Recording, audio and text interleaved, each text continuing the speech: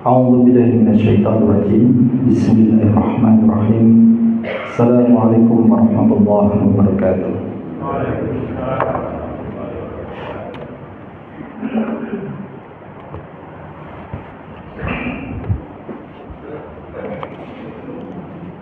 Innal hamdalillah nahmaduhu wa nasta'inuhu wa nastahdihi wa natubu ilayhi an jami'i dhunubina wa khatayana nusni alayhi narju rahmatahu wa nakhsha 'adzabahu.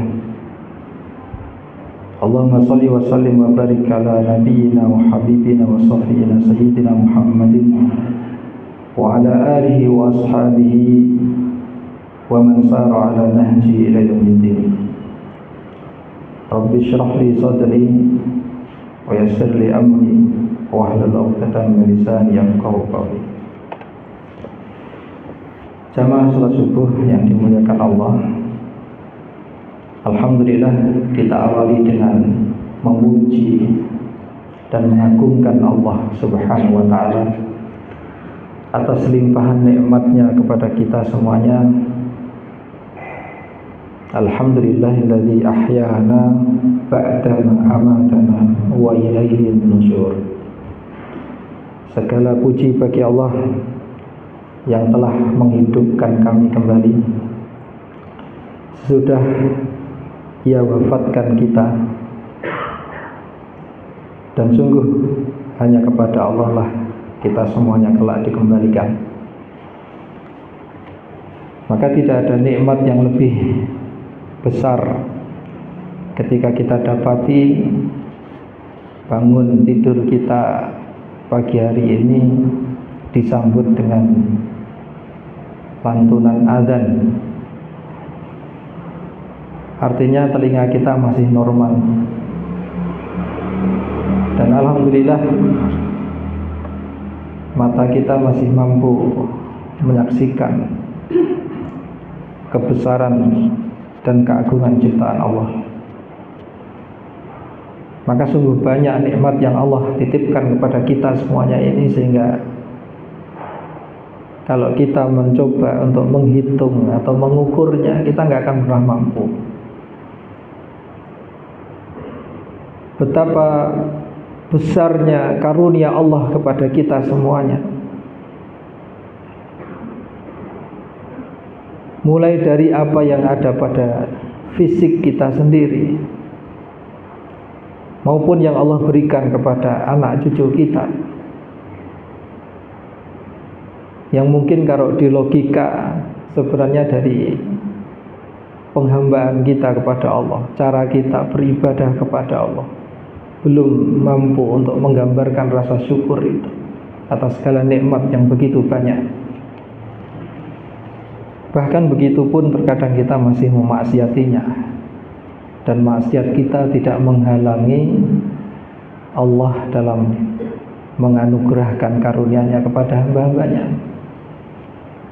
Betapapun kita sering lalai, betapapun kita sering menunda-nunda, betapapun kita sering meninggalkan amal-amal kebaikan, Allah tetap curahkan nikmatnya kepada hambanya. Begitu besarnya cinta Allah atas makhluknya. Itulah mengapa tema kita pada pagi hari ini nanti berkenaan dengan mahabbatullahi azza wa jalla. Bagaimana kecintaan kepada Allah azza wa jalla. Maka para ulama menggambarkan bahwa mahabbatullah hiyal ghayatul qaswa.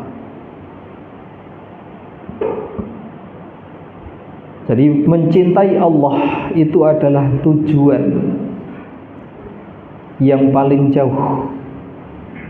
Wa dzarwatul ulya, dan itu adalah derajat yang paling tinggi. Jadi kalau ada perjalanan yang paling jauh, itu adalah muaranya mencapai cintanya Allah. Kalau ada derajat yang paling tinggi, yang diharapkan manusia menggapainya itulah mencintai Allah.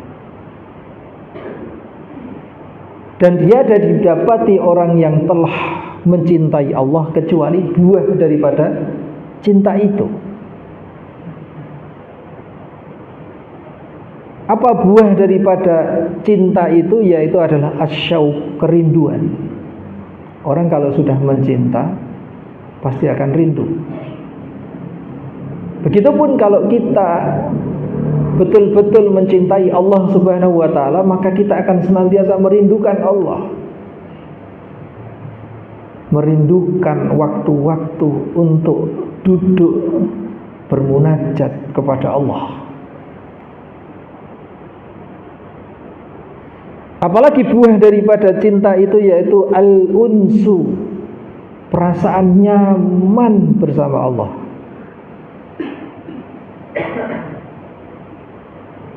Apalagi buahnya ar-ridho, kerelaan untuk berlama-lama bersama Allah.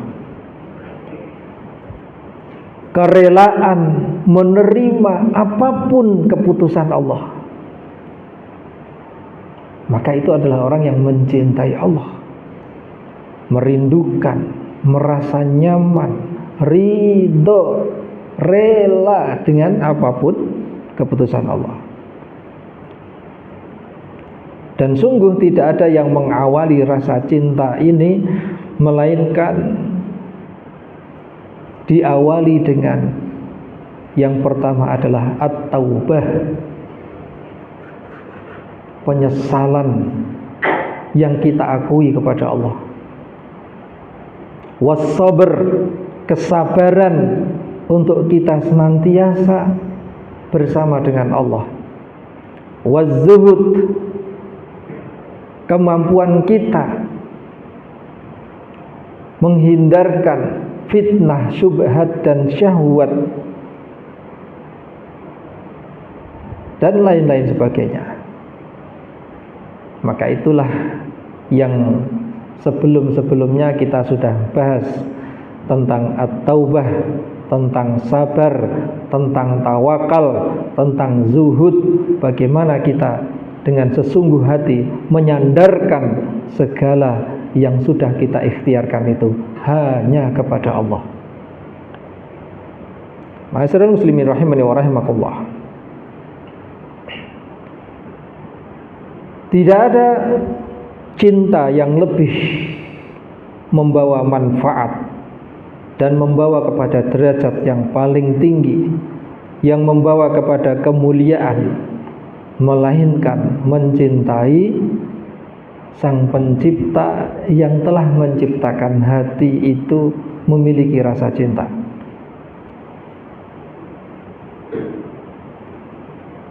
Maka lihatlah bagaimana fitrah Allah itu diberikan kepada manusia, bahwa manusia itu akan cenderung mencintai siapa saja yang berbuat baik kepadanya. Maka dikatakan fa innal ilahu huwallazi ta'allahul qulubu bil mahabbati. Oleh karenanya ilah dikatakan ilah, Tuhan itu dikatakan ilah. Maksudnya adalah allazi ta'allahu, yaitu yang senantiasa diidolakan oleh hati. Maka hati-hati di dalam mengidolakan, karena dalam pengidolaan itu nanti ada sebagian daripada sifat ta'abudiyah, sifat apa? Penghambaan. Biasanya orang kalau mengidolakan sesuatu itu sampai pada tahap mencintai, sampai pada tahap mentaati idolanya. Maka orang kelak akan dikumpulkan dengan siapa saja yang diidolakannya. Salah menaruh cinta, fatal di sana akibatnya.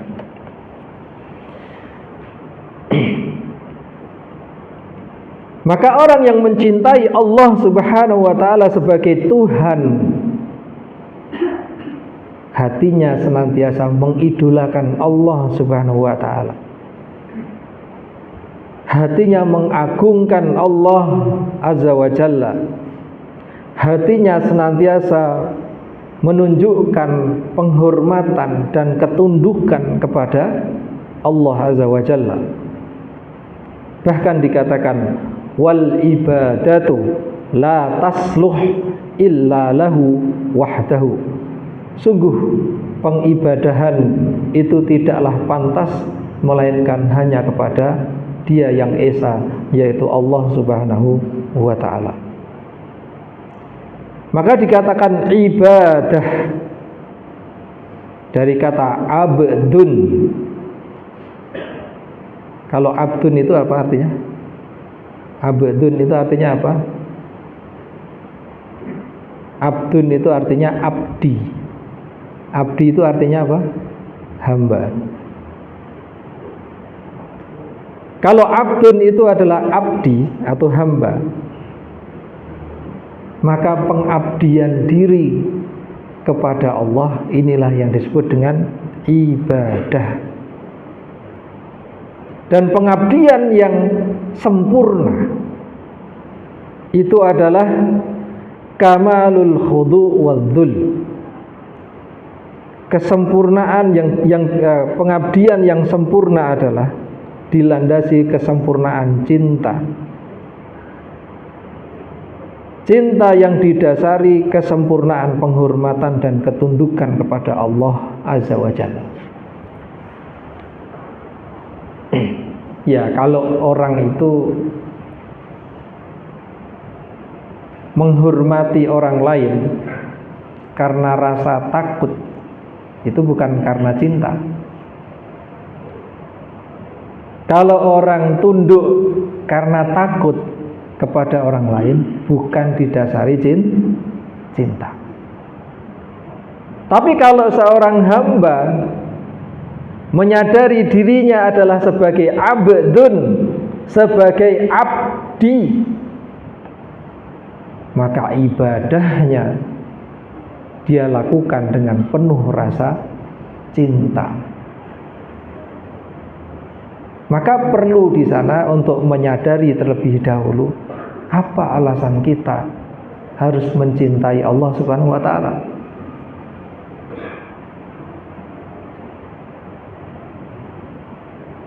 Maka itu yang harus kita bangkitkan dalam diri kita ini, sehingga ketika kita melakukan amal-amal ibadah itu didasari kerelaan, kecintaan, kerinduan, kenyamanan, bukan karena keterpaksaan. Orang terpaksa itu dia tidak tulus di dalam cinta.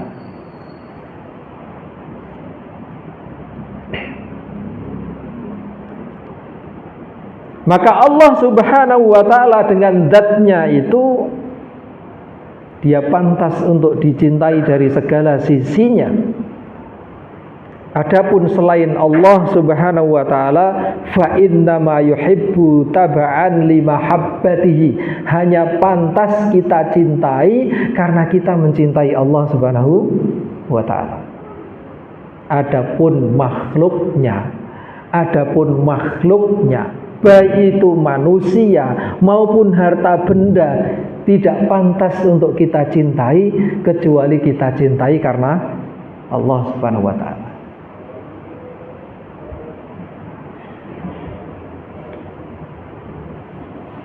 Wa qad dalla ala wujubi mahabbatihi subhanahu jami'u kutubihil munazzalah.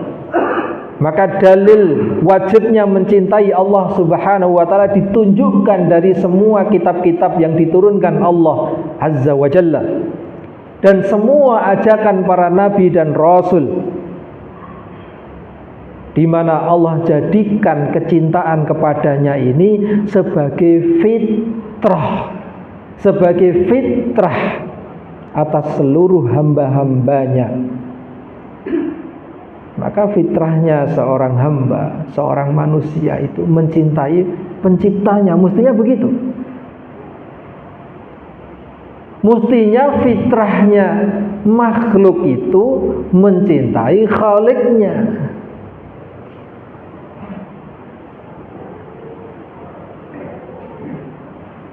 Dan mencintai Khalik sang pencipta, inilah yang menjadikan akal kita itu terpuaskan. Lihatlah bagaimana Allah Subhanahu wa taala menganugerahkan begitu banyak nikmat kepada makhluknya.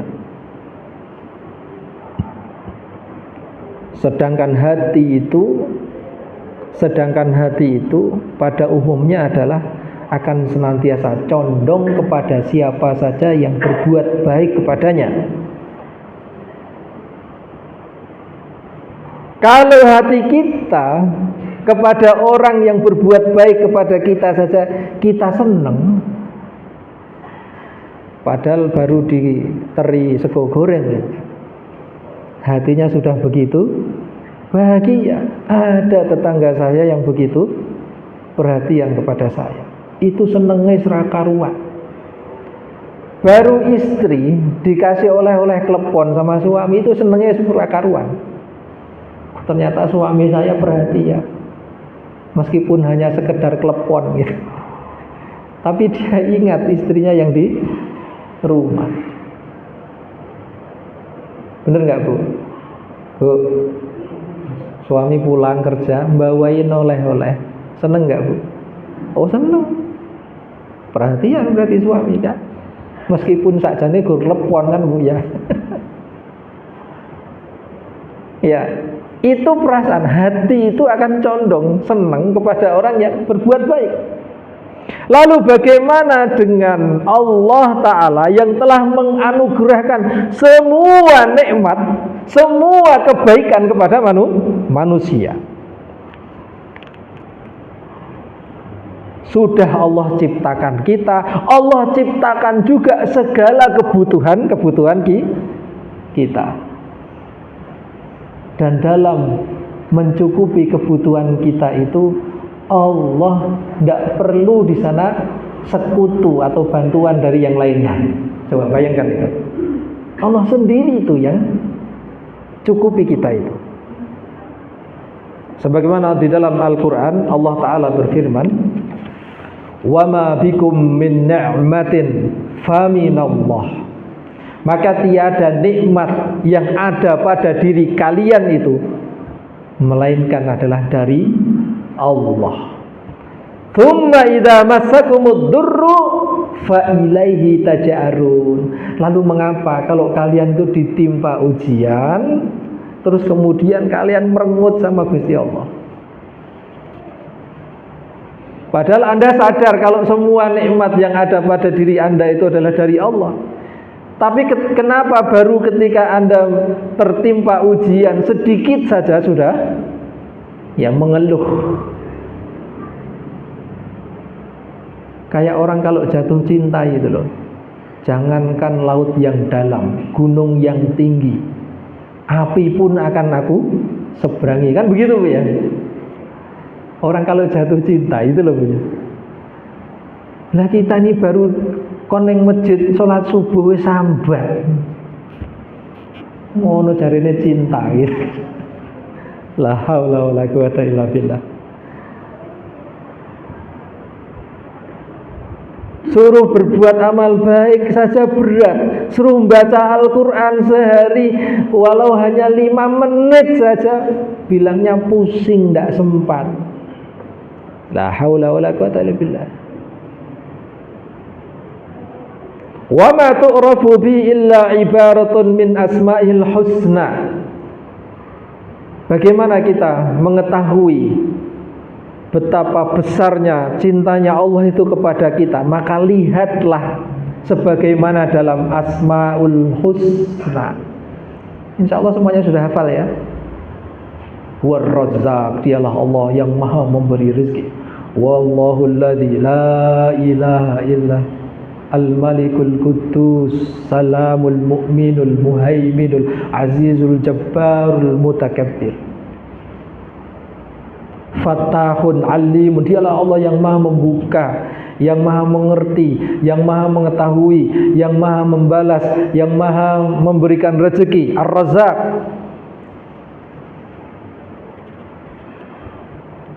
Dia Allah yang maha mencukupi, Al-Azimu, yang maha agung kekuasaannya.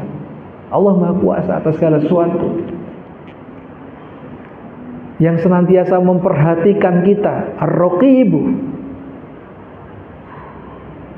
Maka dari Asmaul Husna itu cukuplah kita ngerti betapa Allah itu besar cintanya kepada hamba-hambanya. Digambarkan dalam Asmaul Husna itu.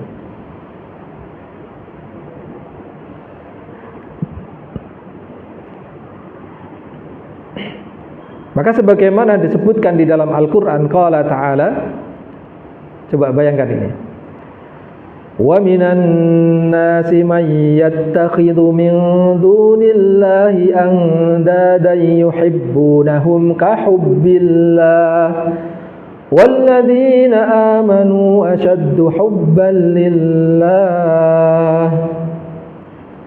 Di antara manusia itu ada orang yang mengambil selain Allah dan mencintainya seperti dia mencintai Allah. Mayattakhidhu min dunillahi andada, sebagai tandingan-tandingan, dan mereka mencintai itu seperti mencintai Allah. Padahal orang-orang beriman itu asyaddu hubban lillah, mereka sangat cintanya kepada Allah. Karena tanpa iman mustahil ada kecintaan dalam diri kita ini kepada Allah. Gimana Anda mau mencintai kalau Anda tidak mempercayai? Halo?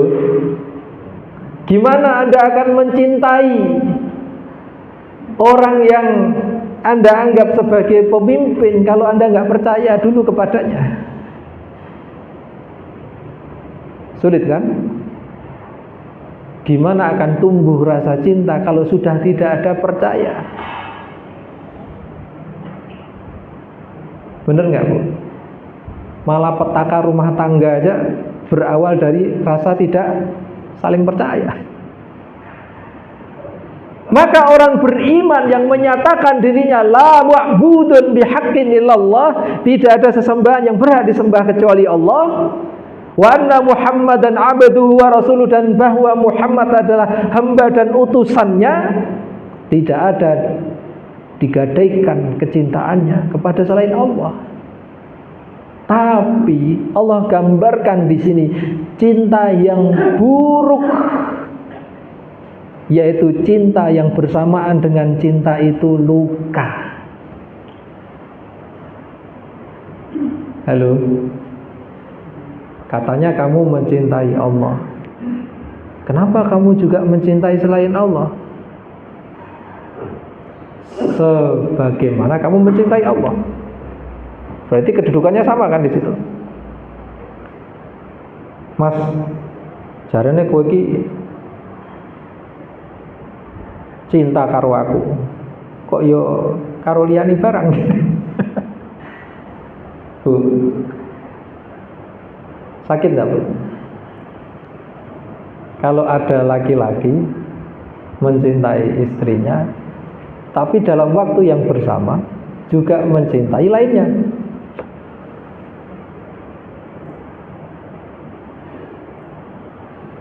Bayangkan itu. Ada orang katanya mencintai Allah, tapi di sisi lain dia juga mencintai hartanya. Bahkan dia mencintai hartanya seperti mencintai Allah. Coba bayangkan itu. Artinya apa? Dia akan lakukan segala apapun untuk hartanya itu, untuk kedudukannya itu. Satu sisi dia ke masjid, tapi di sisi lain juga seneng riba. Halo, hati-hati loh ini. Ini digambarkan Allah di dalam surat Al-Baqarah ayat 165 ini gambaran cinta yang buruk.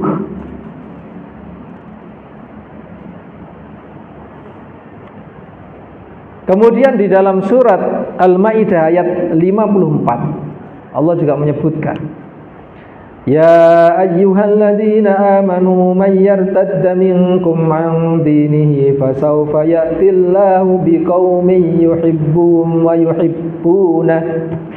Hai orang-orang yang beriman, siapa yang telah murtad di antara kalian itu dari agamanya, ya kan, entah itu murtad betulan secara akidahnya atau pikirannya yang murtad, mungkin KTP-nya masih Islam, ya, tapi pola pikirnya, gaya hidupnya sudah jauh dari garis-garis Islam.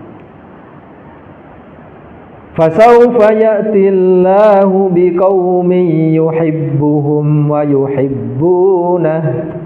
Allah akan gantikan kalian dengan suatu kaum yang ciri kaum itu Allah mencintai mereka dan mereka sangat mencintai Allah. Adillatin 'alal mu'minina 'izzatin 'alal kafirin.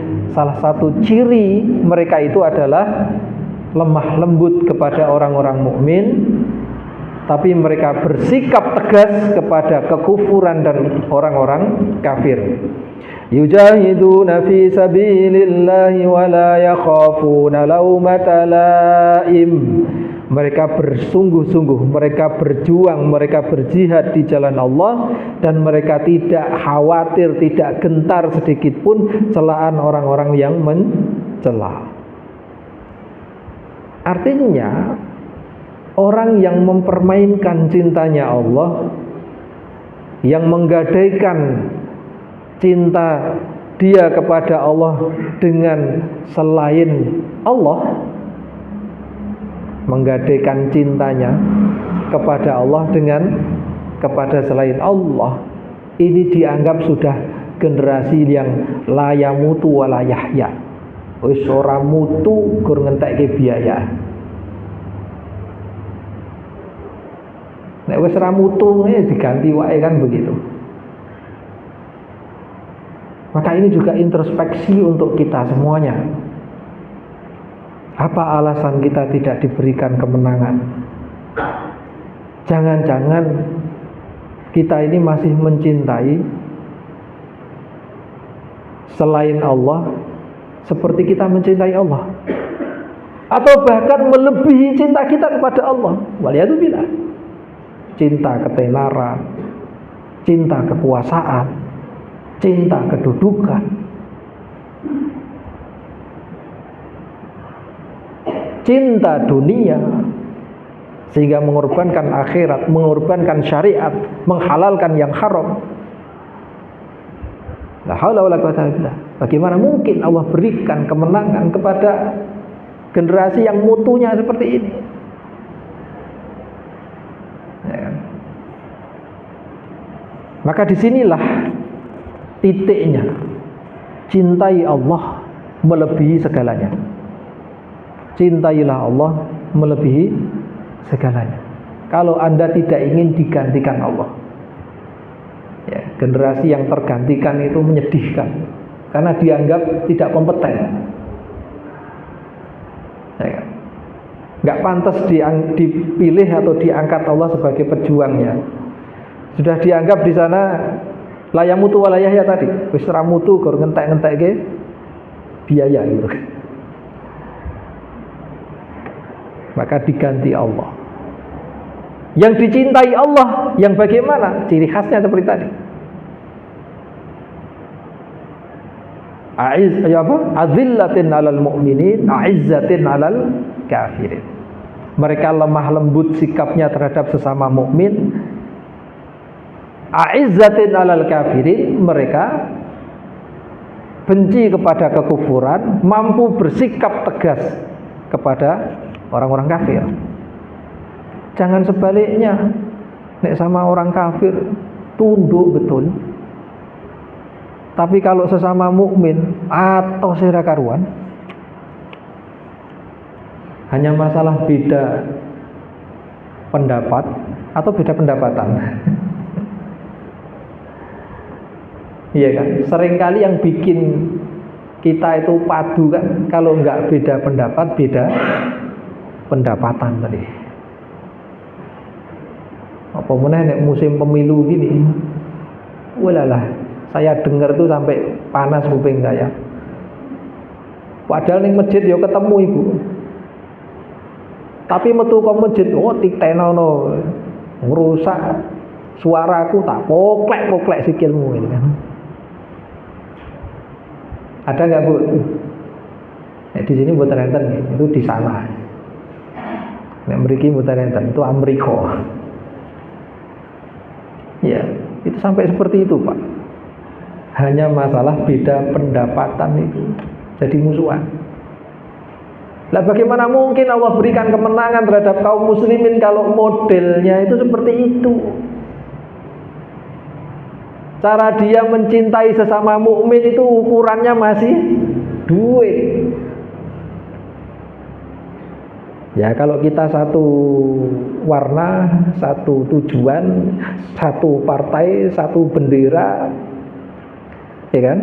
Pendapatan kita adil, ya kita saling mencinta. Nanti yang satu dapat lebih 10.000 aja, itu sudah gede kok bu. Gini mungkin. Ada orang begitu, selisih 10.000 padu. Jadi cara kita membangun ukhuwah itu sudah bukan lagi Allah barometernya.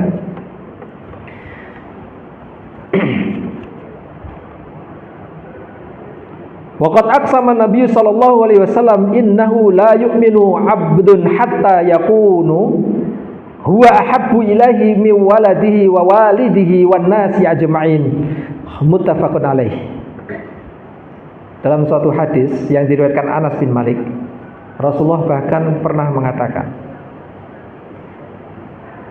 la yu'minu abdun, tidak dikatakan sempurna imannya seorang hamba itu hatta yakuna huwa ahabbu ilaihi min waladi wa walidi, sampai Rasulullah dicintainya bahkan melebihi cintanya kepada anaknya, cintanya kepada kedua orang tuanya, dan cintanya kepada siapapun dari manusia. Jadi kalau kita ngaku-ngaku mencintai Rasulullah, halo, tapi kecintaan kita kepada selain Rasulullah itu lebih tinggi, itu dianggap Rasulullah belum sempurna iman Anda. Maka konsekuensi iman, mengimani Rasulullah, itu adalah menjadikan Rasulullah itu kecintaan yang melebihi kecintaan kepada yang lainnya, bahkan kepada anak sendiri, bahkan kepada orang tua sendiri, ya kan? Maksudnya paham tidak ini? Artinya apa? Jadikan petunjuk Rasulullah itu sebagai landasan ketika kita mencintai yang lain-lainnya. Ya. Ketaatan kita kepada Rasulullah itu menjadi landasan ketaatan kepada yang lainnya.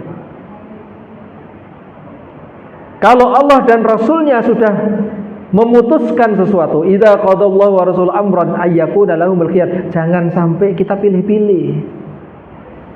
Kalau itu perintah dari Allah dan Rasulnya, maka itu yang diambil. Karena apa? Rasa cinta kita kepada Allah dan Rasulnya gitu kan.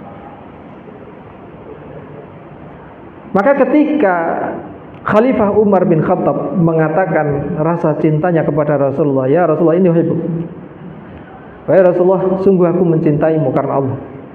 Rasulullah sallallahu alaihi wasallam mengatakan, la, Anda tidaklah dikatakan betul-betul mencintai saya hatta akuna ahabbu ilaika min nafsik, sampai Anda mencintai saya ini lebih daripada Anda mencintai diri Anda sendiri, kata Rasulullah. Maksudnya apa? La tu'minu hatta tasila mahabbatuka ila hadhil ghayah, kata Rasulullah. Artinya apa? Anda tidaklah dikatakan benar-benar mencintai saya sehingga sampai cinta Anda itu kepada saya melebihi cinta Anda kepada diri Anda sendiri. Artinya apa? Mengutamakan Rasulullah Shallallahu Alaihi Wasallam di atas segalanya. Maka kalau kepada Rasulullah saja Rasulullah sampaikan seperti ini, kamu cintamu, imanmu itu nggak sempurna sampai kau jadikan aku ini, mencintai aku ini melebihi semuanya, kata Rasulullah. Ya, karena kalau kita lebih mencintai orang tua kita daripada Rasulullah, konsekuensinya kan kalau orang tua kita nggak boleh, padahal itu perintah Rasulullah, akhirnya kita dahulukan siapa? Orang tua. Padahal tadi ada perintahnya Rasulullah. Ya Bu ya. Kalau kita lebih mencintai anak kita, sementara Rasulullah memerintahkan, contoh misalkan, Rasulullah perintahkan, muru auladakum bis-sholati wa hum abna'u sabi'.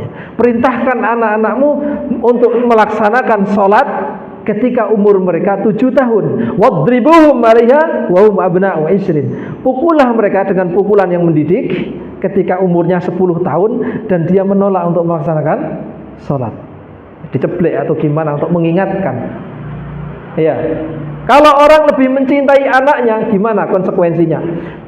Sakjane yo arep tak kon salat tapi lagi turu. Halo. Halo. Tadi subuh yang belum nyeblek anaknya siapa ini?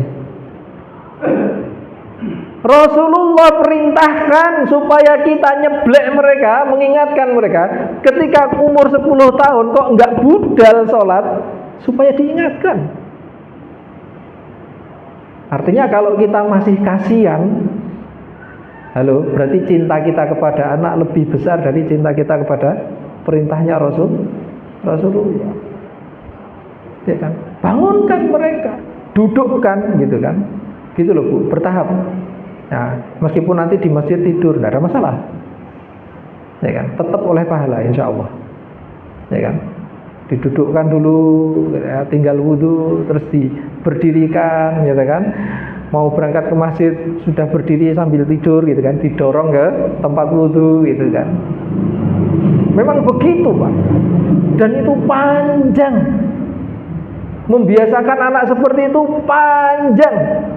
Ya kan? Maka di dalam Al-Quran dikatakan wastobir, ya kan? Wastobir, bersabarlah di atas kesabaran. Dalam urusan apa? Membiasakan, menyuruh anak di sana wa'mur ahlaka bis-sholati wastobir alaiha. Perintahkan anak-anakmu, keluargamu untuk menegakkan sholat. Dan Allah tahu urusan menegakkan sholat ini nggak gampang. Makanya yang aslinya itu kata sober ditambah huruf to di tengahnya, itu artinya di dalam bahasa Arab kesabaran di atas kesabaran. Karena itu butuh waktu yang panjang. Ya, butuh waktu yang panjang. Bahkan Rasulullah, dan itu juga ditiru para sahabat, meskipun anak-anaknya itu sudah menikah, sudah punya cucu, tetap Rasulullah itu kalau sudah ya waktunya tahajud itu membangunkan anak-anaknya. As-sholah, as-sholah, sholat, terus begitu. Ya, jadi mengingatkan anak-anak, mengingatkan cucu untuk menegakkan sholat itu nggak sehari 2 hari, setiap hari 5 waktu. Itu kalau orang nggak sabar itu Pak, mutung itu Pak. Ya Bu ya, ngombe obat sedina ping 3 ae mutung kadang, betul Bu, jelek gitu. Ya, apalagi ya yang kena apa? Yang dia harus pengobatan rutin gitu kan. Bertahun-tahun ngombe obat terus sedina ping 3 ya, jelek sebenarnya juga. Nah ini. Bayangkan itu. Wa idza kana an-nabiy sallallahu alaihi wasallam aula bina min anfusina fil mahabbati wala wazimiha. Maka kalau Nabi sallallahu alaihi wasallam ada, harus kita cintai melebihi diri kita sendiri, dan itu menjadi prasyarat dikatakan betul-betul mencintai Rasulullah. Prasyaratnya apa? Cintai Rasulullah melebihi diri kita sendiri bahkan.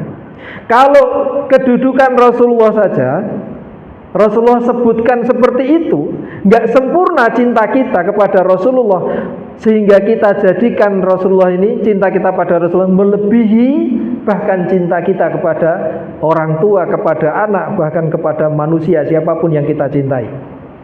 Afalaisa Rabbu jalla jalaluhu aula bimahabbatihi wa ibadatihi min anfusina.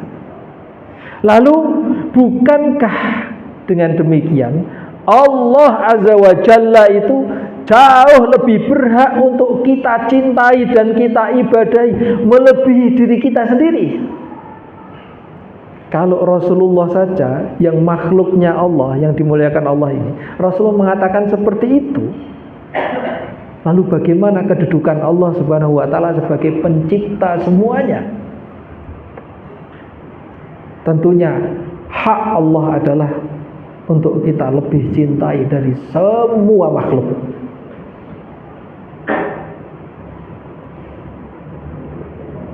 Maka segala hal yang Allah anugerahkan kepada hambanya itu hakikatnya adalah yada'uhu ilal mahabbati, menjadikan manusia mencintai Allah Subhanahu wa Ta'ala.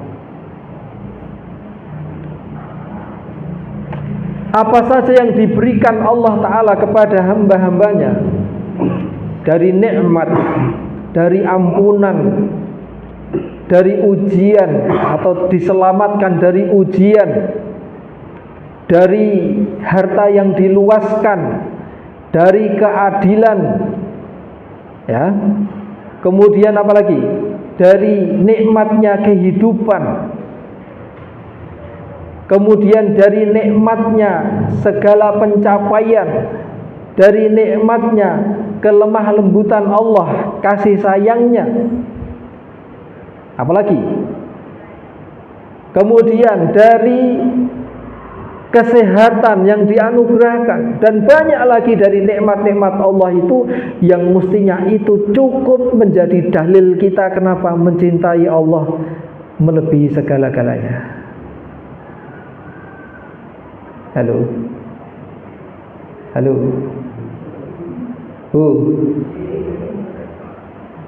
Kalau mata itu pakai mata palsu, harganya berapa, Bu? Jutaan? Mungkin 15 juta itu aja palsu itu. Dan gak enak, gak nyaman. Nah, kita diberi mata asli dan bisa melihat bertahun-tahun, gak harus bayar. Ya Bu ya, gigi itu kalau palsu harganya kurang lebih 2 juta. Itu pun gak nyaman. Padahal kita dikasih 38 atau 36 gigi itu gratis. Halo. Ginjal itu kalau error sekali cuci darah bisa nyampe 2 juta rupiah. Ya. Tergantung kualitas darahnya juga. Bisa, dan banyaknya darah yang dimasukkan. Itu seminggu 2 kali, Bu. Ya, teman saya kemarin di Magetan itu ada yang kena ginjalnya mengecil. Ginjalnya mengecil sehingga fungsinya menurun dan dia harus cuci darah. Solusinya cuma 2, cuci darah setiap seminggu 2 kali atau cangkok, transplantasi ginjal. Obatnya cuma itu. Ya. Artinya kalau sudah kadung mengecil itu ginjal, nggak bisa dia dikembalikan ke ukuran sebelumnya. Itu saja setiap minggu dia harus cuci darah, yang sekali cuci darah itu kurang lebih 2 juta rupiah.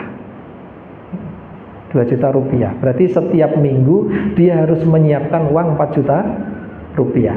Sebulan dia harus menyiapkan uang 16 juta Pak. Itu lebih mahal dari uang semesteran S3 saya Bu. Saya kuliah S3 satu semester 15 juta. Ini orang sakit cuci darah setiap bulan 16 juta. Coba bayangkan Bu. Lagi sing sarafe kecepit niku mawon dioperasi 15 juta. Betul Bu? Kuwi lagi saraf siji kuwi. Coba nek sing kecepit kuwi 5 peng kan. Ya Allah Karim. Ya. Nah begitu kok kita nggak mencintai Allah tuh bagaimana? Ya kan? Apa ada orang yang mau berjaga 24 jam non-stop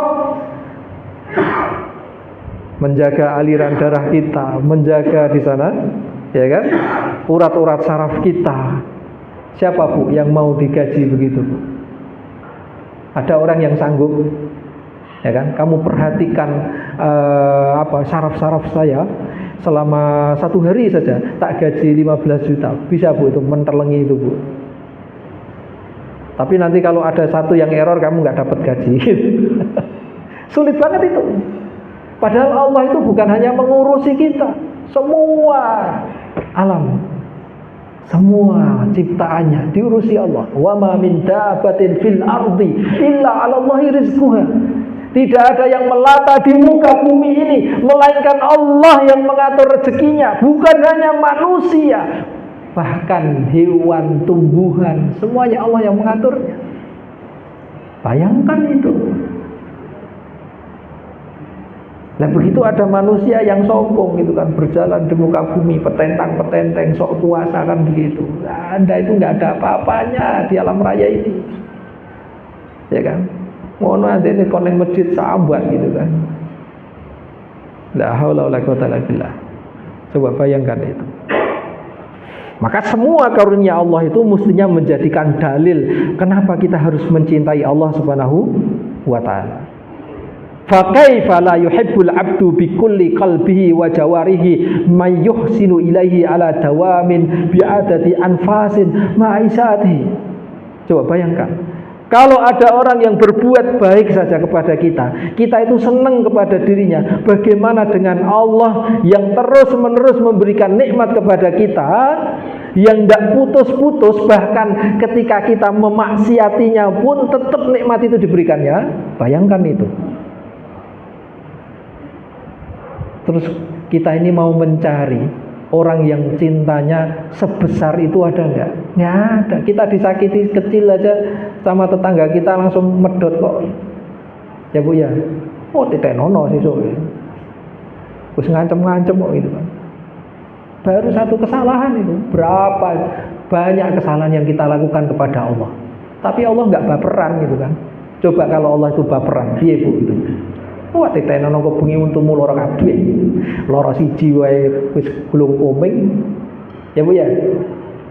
Sakit gigi itu loh Bu. Mending sakit hati apa sakit gigi Bu? Mending sakit hati atau sakit gigi Pak? Jujur Pak. Mending sakit hati, pakai baca Quran sembuh gitu kan. Mending sakit hati dengerin nasihat Ustadz langsung sembuh kan begitu. Nah kalau sakit gigi Bu, tetangga saya kemarin sambat itu, Tat, saya itu sudah minum kataplam 8 Tat, orang mari-mari. Lah terus gimana solusinya? Ya dicotolke kalau masih bengkak begitu nggak mungkin dokter mau, pasti diobati dulu. Wah, sing disontek, sing diobat, sing digolong komeng, ya Bu ya, tidur nggak nyenyak. Saya aja pernah sakit gigi itu sampai jumpalitan Bu.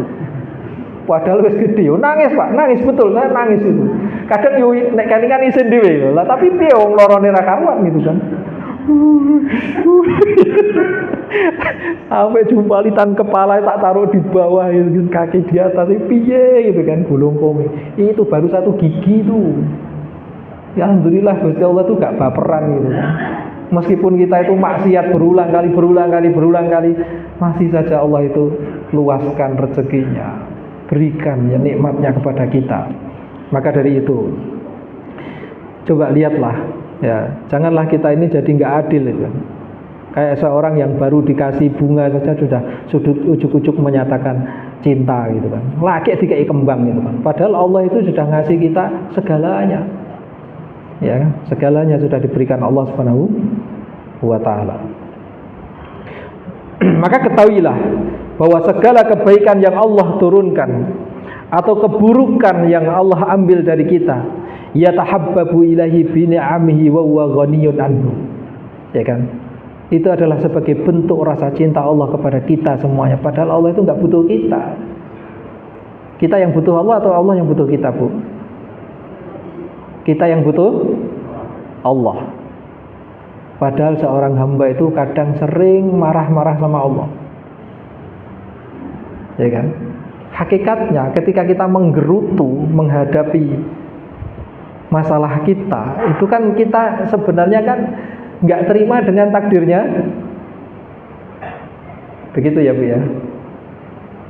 Maka di antara keimanan kepada takdir itu adalah biqadri khairihi wa syarrihi. Ya, takdirnya Allah tuh nggak semuanya bagus, tapi ada juga takdir yang syar, yang buruk. Tapi itu Allah wujudkan linabluwakum ayyukum ahsanu amala. Tiada lain tujuannya Allah untuk menguji kita, siapa yang lebih baik amal perbuatannya. Bukan berarti ujian itu meletek kita, enggak, justru ujian itu akan mengokohkan kita. Ya. Besi aja perlu ditempa itu, Bu, supaya menjadi tajam. Ya, artinya begitu sunatullah berjalan.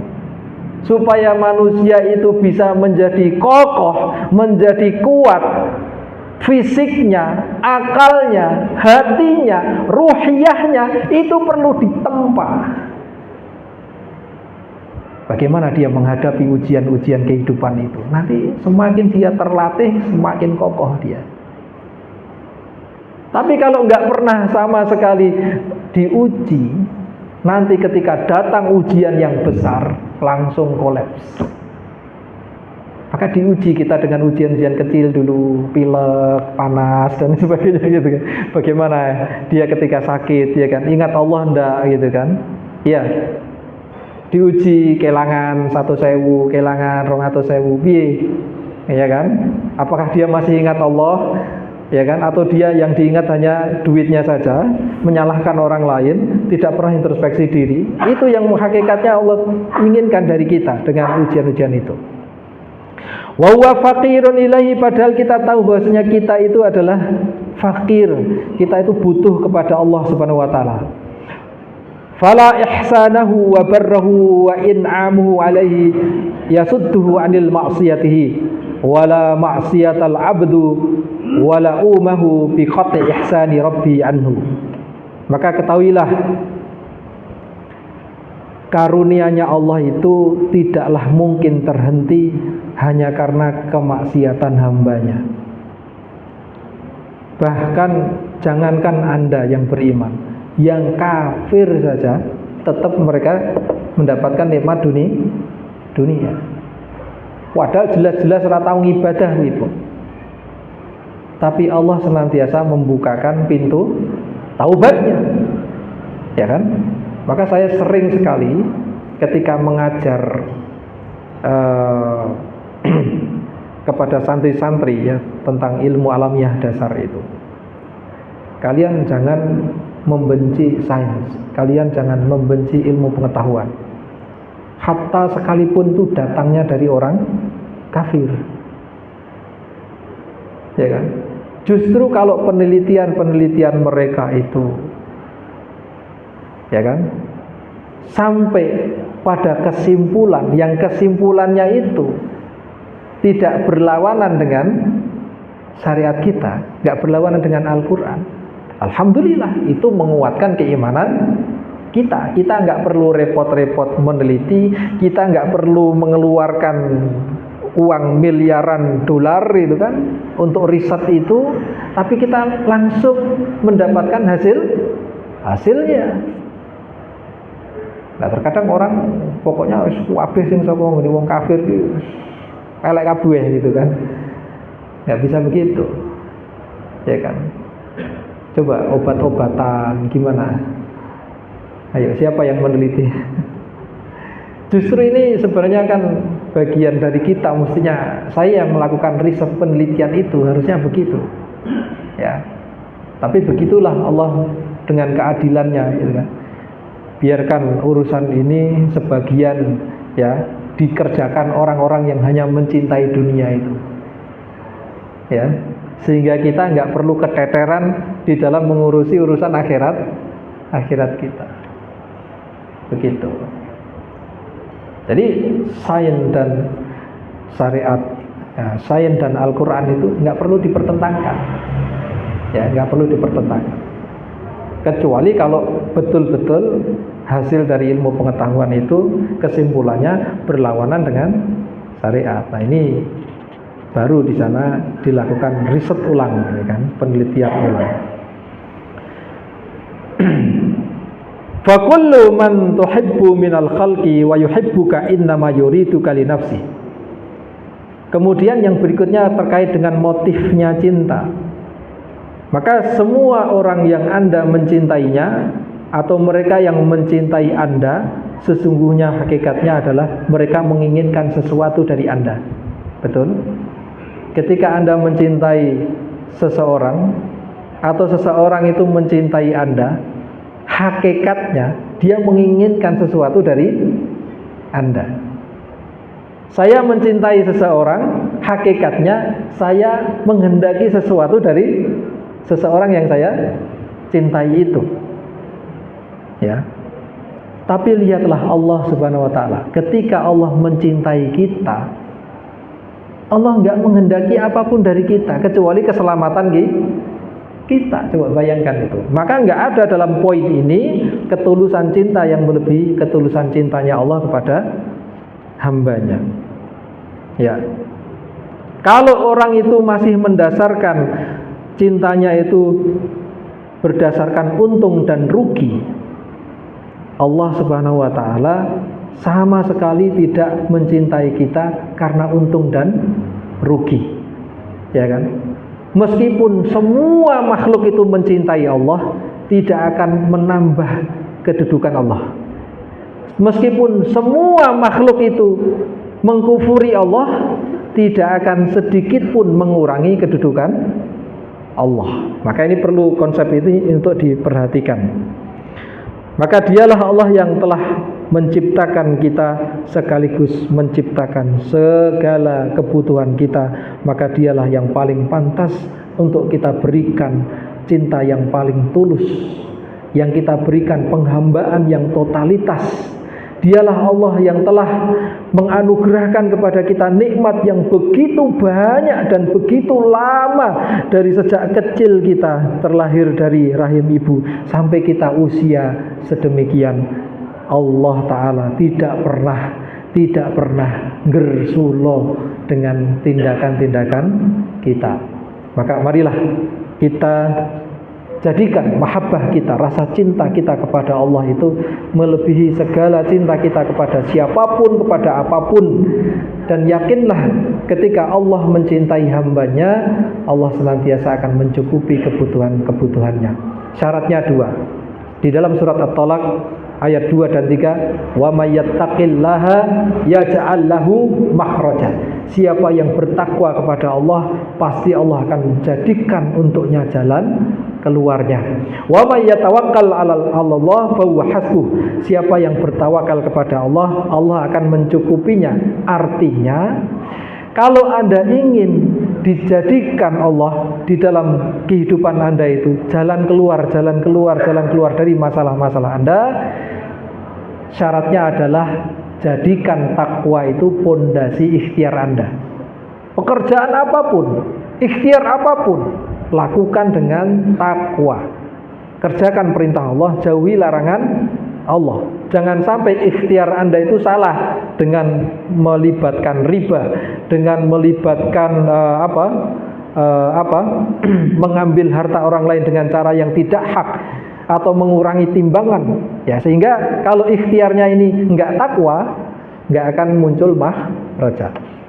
Kemudian amal hatinya, kalau tadi amal fisiknya, amal hatinya wa may yatawakkal 'alallah fahuwa hasbuh. Siapa yang sungguh-sungguh menyandarkan hatinya hanya kepada Allah, niscaya Allah akan mencukupi kebutuhannya. Syaratnya apa? Hatinya harus betul-betul yakin kepada Allah. Masalahnya terkadang kita itu lebih yakin dengan kepintaran kita, lebih yakin dengan kekuatan kita, lebih yakin dengan harta dan kedudukan kita, sehingga menggeser tawakal tadi yang harusnya kepada Allah menjadi kepada makhluk. Inilah yang menyebabkan kegagalan. Maka sukses dan gagalnya kita barometernya adalah dua ayat tadi, ketakwaan dan tawakal kita kepada Allah Subhanahu wa Ta'ala. Karena itulah muara dari cinta kita kepada Allah Ta'ala. Tidak ada ikhtiar melainkan kita lakukan karena perintah Allah.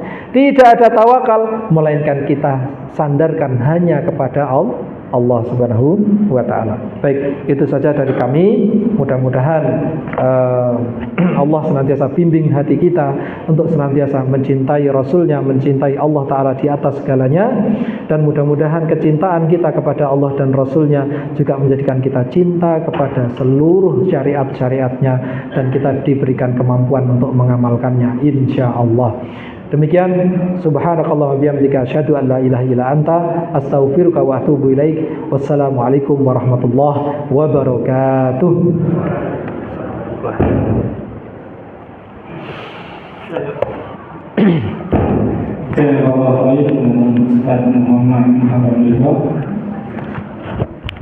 Berada kajian Tasbih Al-Quran pada pagi hari ini tentang mahabbatullah, cinta kepada Allah, jangan sampai ubud dunia, cinta kepada dunia. Ini karena kebanyakan orang Islam seperti itu. Monggo sekali apa yang disampaikan oleh Ustaz kita bisa mengamalkan. Kadang monggo kita akhiri kajian pada pagi hari ini dengan membaca hamdalah dan doa kepada majelis. Alhamdulillahirabbil alamin. Bismillahirrahmanirrahim. Asyhadu an la ilaha illallah wa atubu ilaik. Kemudian nanti setelah kita membaca surat Isra panjang dengan sarapan, jika waktunya surat Allah. Assalamualaikum warahmatullahi wabarakatuh.